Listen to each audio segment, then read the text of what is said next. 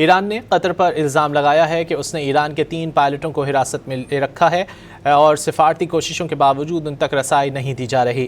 ایران نے پہلی بار سرکاری طور پر دعویٰ کیا ہے کہ 2 مارچ کو قطر میں امریکی فوجی اڈے پر حملے کے بعد لاپتہ ہونے والے ایرانی فضائیہ کے 3 پائلٹس کو قطری فورسز نے زندہ گرفتار کر لیا تھا۔ ایرانی فوجی حکام نے ریڈ کراس کو خط لکھ کر پائلٹس کی حالت معلوم کرنے اور ان کی رہائی کے لیے فوری اقدامات کا مطالبہ کیا ہے۔ ایران نے قطر کے طرز عمل کو جنگی قیدیوں سے متعلق جنیوا کنونشن کی خلاف ورزی قرار دے دیا۔ ایران نے قطر پر الزام لگایا ہے کہ اس نے ایران کے 3 پائلٹوں کو حراست میں لے رکھا ہے اور سفارتی کوششوں کے باوجود ان تک رسائی نہیں دی جا رہی۔ ایران نے پہلی بار سرکاری طور پر دعویٰ کیا ہے کہ 2 مارچ کو قطر میں امریکی فوجی اڈے پر حملے کے بعد لاپتہ ہونے والے ایرانی فضائیہ کے 3 پائلٹس کو قطری فورسز نے زندہ گرفتار کر لیا تھا۔ ایرانی فوجی حکام نے ریڈ کراس کو خط لکھ کر پائلٹس کی حالت معلوم کرنے اور ان کی رہائی کے لیے فوری اقدامات کا مطالبہ کیا ہے۔